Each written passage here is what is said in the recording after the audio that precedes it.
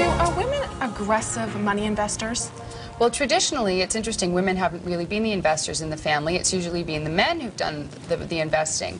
And women have done more of the household budgeting and that kind of thing. So when they've done investing, it's been more conservative, like GICs or savings accounts or that kind of thing.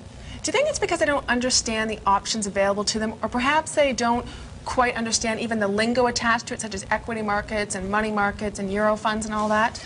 Well, I think that women maybe just haven't seen themselves in that role as investor. And it's interesting, actually, a couple of years ago, the Angus Reid Group did a study for Trimark Investment Management, the fund company, and found that 25% of women actually didn't know the type of investments that they were holding in their RRSPs. Wow. So maybe someone else has been managing that for them, so they didn't need to know. But actually, recently that's been changing, and women are investing more often now in mutual funds and equities, that kind of thing. So it's a good sign. Do you think that's because a lot of these companies are now marketing to women and setting up different types of programs? Yeah, actually, it's interesting. Investment dealers and banks are sort of seeing women investors as the last untapped market, and so they're designing programs and seminars, free seminars, that kind of thing, to educate women and make them feel comfortable with investing and having their own portfolios. So those kinds of things are available to women now more than ever, which is great. Yeah. Now, why do you think it's so important for women to start investing their money?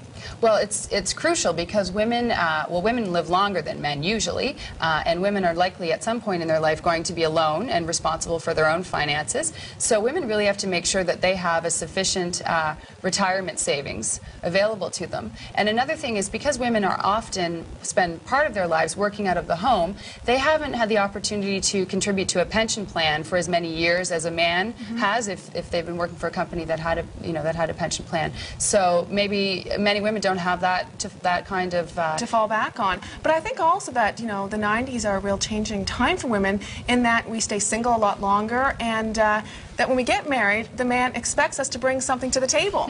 They don't want somebody that has no money, because you want to be able to afford a house and all those other luxuries that come with it. So I think in order for that reason as well, you have to start looking out for yourself.